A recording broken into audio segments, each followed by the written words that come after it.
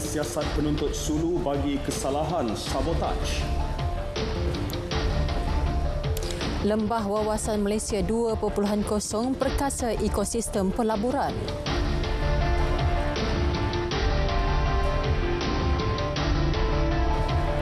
Assalamualaikum, salam Malaysia Madani. Saya Fakil Hidayat Ghazali. Dan saya Margaret Gambang. Kerajaan tidak akan teragak-agak ambil tindakan undang-undang.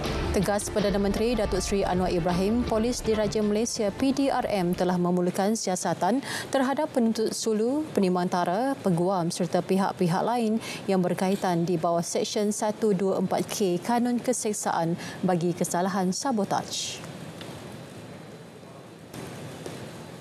Bahawa kerajaan tidak akan teragak-agak untuk mengambil tindakan jenayah menurut undang-undang yang sedang berkuasa terhadap mana-mana pihak, termasuk warga negara Malaysia yang membelakangkan kepentingan dan keselamatan negara dengan memberikan sebarang sokongan, bantuan secara langsung maupun tidak langsung dan bersekongkol dengan pihak yang membuat tindakan. Kerajaan juga akan membuat bantahan terhadap sebarang bentuk pembiayaan oleh pihak ketiga, third party litigation funders, yang menyokong penyalahgunaan proses yang telah dimulakan oleh pihak yang membuat tuntutan. Perdana Menteri berkata demikian ketika memberi penerangan mengenai tuntutan 8 warga Filipina yang mendakwa kononnya sebagai waris Sultan Sulu terhadap kerajaan Malaysia pada persidangan Dewan Rakyat hari ini. Beliau juga berpendirian bahawa semua award yang dikeluarkan Dr. Gonzalo Stampa, penimangtara, telah melanggar prinsip koalisi awam antarabangsa kerana ia melibatkan pelanggaran prinsip kekebalan diplomatik, kekebalan bidang kuasa dan kedaulatan.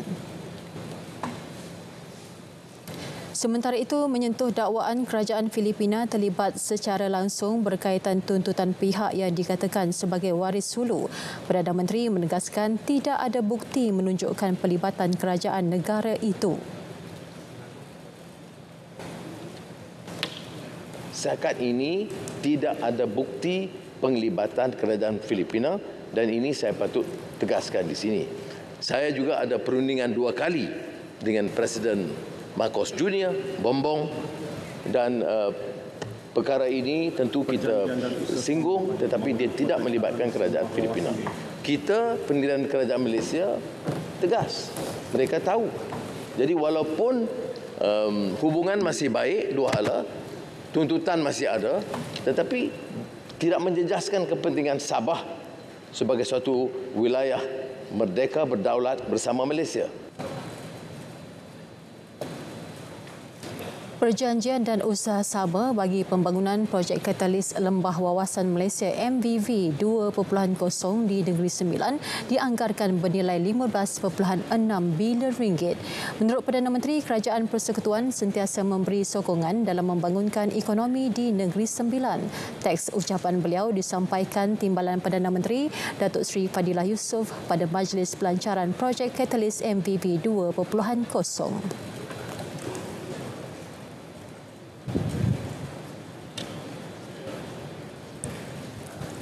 Mewujudkan lembah aerokasa NS ataupun NS Aerospace Valley NSAV untuk dijadikan sebagai pusat industri pembuatan kapal terbang yang mensasarkan pusat pemasangan kapal terbang ataupun final assembly line yang dilengkapi dengan supply chain ekosistem bersebelahan lapangan terbang antarabangsa Kuala Lumpur KLIA, bahkan melonjakkan penguasaan Malaysia di dalam industri ini yang pada masa kini sekitar 5%. Pelbagai konsep pembangunan dirancang, antaranya wilayah pintar, kawasan perindustrian berteknologi tinggi dan lembah semikonduktor. MVV 2.0 adalah pembangunan berlandaskan kerjasama awam dan swasta untuk menjadikan bandar metropolis bertaraf dunia yang berdaya saing, inklusif dan bersih. Perdana Menteri dijangka mengadakan pertemuan dengan semua pegawai daerah di seluruh negara pada minggu depan. Antara lain bagi membincangkan usaha menoktahkan masalah kemiskinan tegar di negara ini. Timbalan Menteri Keuangan Datuk Seri Ahmad Maslan turut memaklumkan kerajaan telah meluluskan 750 juta ringgit dalam belanjawan 2023 untuk menoktahkan kemiskinan tegar tahun ini. Peruntukan disalur kepada Kementerian Ekonomi bagi melaksana 3 program baharu termasuk pemberian pekerjaan kepada golongan sasar. Selain sumbangan tunai rahmah, kerajaan juga menyediakan RM900 juta untuk melatih penjaja dan peniaga kecil melalui Bank Simpanan Nasional dan RM330 juta oleh Tabungan Ekonomi Kumpulan Usaha Niaga, Tekun. Isu status kewarganegaraan. Cadangan pindaan bahagian 3 Perlembagaan Persekutuan sedang dipersiapkan. Jelas Menteri Dalam Negeri Datuk Seri Saifuddin Nasution Ismail, sesi libat urus kini di penghujung dan bakal dibentang kepada mesyuarat Majlis Raja-Raja pada 12 Julai depan. Dan jika semuanya berjalan mengikut tertib dan persetujuan perkenan ke bawah duli Raja-Raja dapat kita perolehi, maka persidangan pada hujung tahun kita akan bentangkan.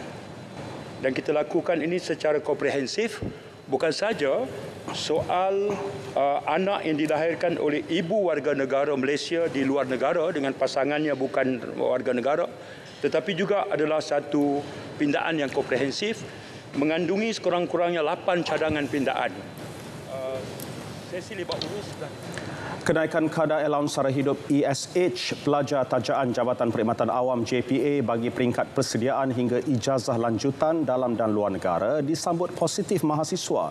Inisiatif berkenaan dianggap relevan membantu mengurangkan beban mahasiswa terutama bagi keperluan harian dan pembelajaran.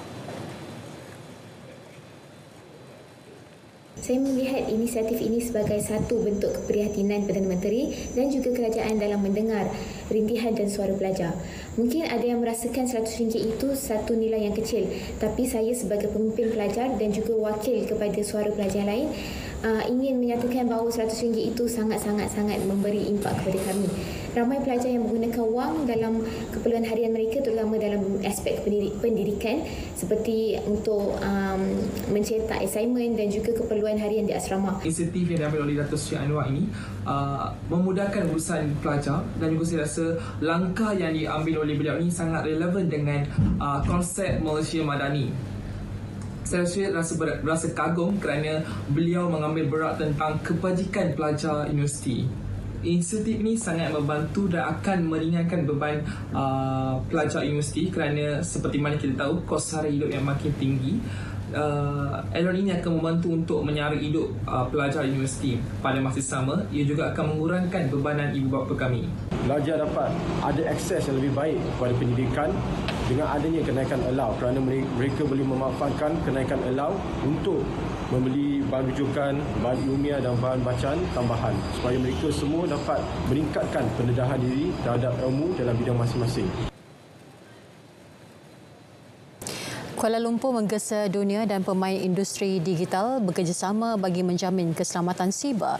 Menteri Komunikasi dan Digital Fahmi Fadzil menegaskan semua pihak perlu berperanan agar pertumbuhan sektor digital tidak terencat dengan isu terbabit. Laporan Yunus Muhammad Noor di London. Menurut Fahmi, tiada pihak boleh bekerja sendirian dalam pengendalian keselamatan cyber. Ini kerana hal berkaitan teknologi merentasi sempadan. Justru, semua pihak perlu sepakat demi kesejahteraan bersama. Cybersecurity is a shared responsibility, therefore, and there must be smart collaboration with each other for this purpose. Cyber domain transcends the geographical boundaries of countries. Thus, in almost all cybersecurity framework, international collaboration will be identified as a pillar or area of concern. There is a need for bilateral, multilateral, regional, and international collaboration.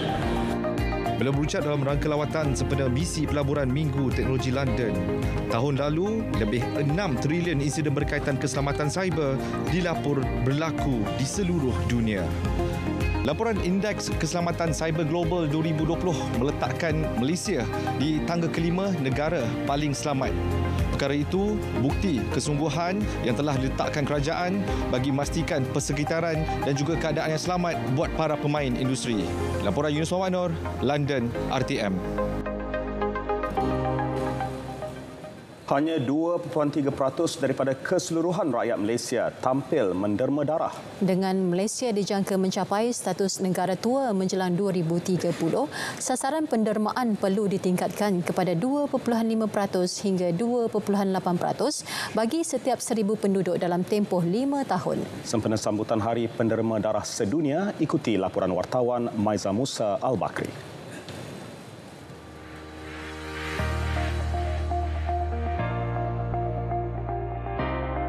Hari Penderma Darah Sedunia disambut pada 14 Jun setiap tahun. Tema sambutan tahun ini, Derma Darah, Derma Plasma, Derma Berterusan Demi Kehidupan. Kumpulan darah O adalah kumpulan yang paling ramai bilangannya, diikuti sama rata kumpulan darah A atau B dan paling sedikit adalah kumpulan darah AB. Plasma dan platelet pula diperlukan bagi kes kehilangan darah ketika kemalangan atau pembedahan serta demam denggi berdarah. Ia juga penting untuk pesakit transplantasi, kanser atau kes penyakit hematologi seperti leukemia. Untuk pendermaan plasma ini kita boleh perolehi melalui pendermaan darah utuh. Sebab itu salah satu komponen daripada pendermaan darah utuh, dan juga melalui pendermaan afresis itu sendiri, dan volume yang kita dapat daripada pendermaan afresis ini lebih besar. Atas inisiatif daripada Perkhidmatan Transfusi dan juga Kementerian Kesihatan Malaysia, kita kumpulkan plasma-plasma ini dan kita hantar untuk program vaksinasi kebangsaan. Malaysia merupakan antara 70 negara yang mengamalkan pendermaan darah 100% secara sukarela tanpa berbayar. Pusat Darah Negara memerlukan antara 15,000 dan 17,000 beg darah sebulan. Dia memang dapat membantu banyak orang, terutamanya kepada pesakit-pesakit dekat hospital. Dia memang memerlukan darah ni. Jadi kalau boleh semua datanglah menderma darah. Cubalah kan, kalau tak pernah datang, cubalah sekali. Sebelum ni saya buat derma yang darah biasa, darah merah tu. Selepas konsisten doktor kat sini sajakan saya untuk buat apheresis pula. Saya menderma secara konsisten kan. Betul. So saya sekarang ni jadi penderma apheresis lah. Okay. Setiap 2 minggu sekali saya akan datang sini. Kalau tak ada apa-apa halangan lah. Yalah. So alhamdulillah setakat ni saya rasa dah dekat 3 tahun kot saya buat apheresis. Setakat ni tak ada apa masalah lah pada saya. Saya rasa lebih sihat lagi lah. Pusat Darah Negara berharap trend pendermaan darah konsisten setiap 3 bulan sekali agar para stok darah sentiasa berada di tahap optimum. Marilah kita sama-sama membantu mereka yang memerlukan. Hari ini hari mereka, esok lusa entah hari kita pula. Kami dari Pusat Darah Negara mengucapkan Selamat Hari Penderma Darah Sedunia. Terima kasih Penderma Darah. Maiza Musa Al-Bakri, RTM. Pertubuhan Peladang diwartakan sebagai badan awam di bawah Akta Suruhanjaya Pencegahan Rasuah Malaysia SPRM 2009, Akta 694. Ia berkuat kuasa 22 Mei lalu.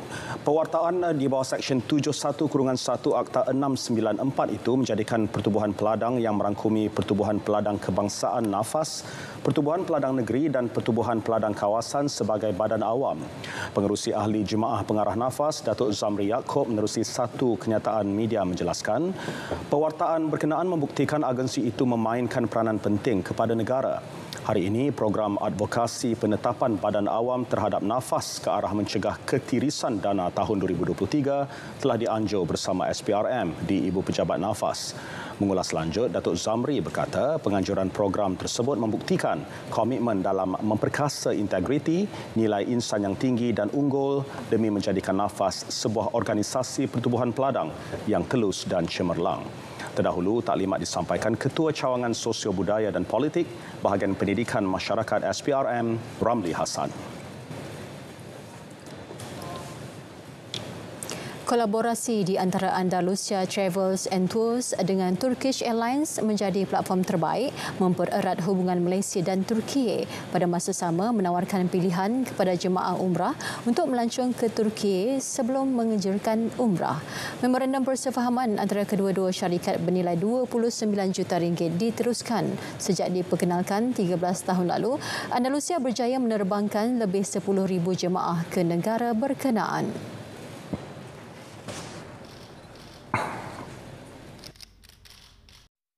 Ramai yang ingin mengambil peluang merasakan cuaca nyaman dan sejuk sambil menziarah tempat-tempat yang indah dan unik.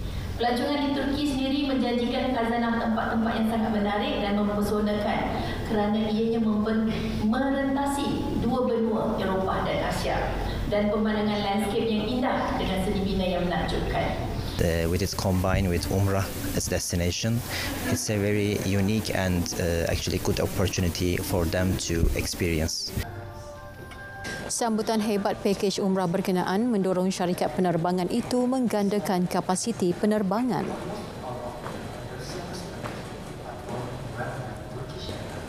So right now we are flying 10 weekly, and in 2 months we will be flying daily 2.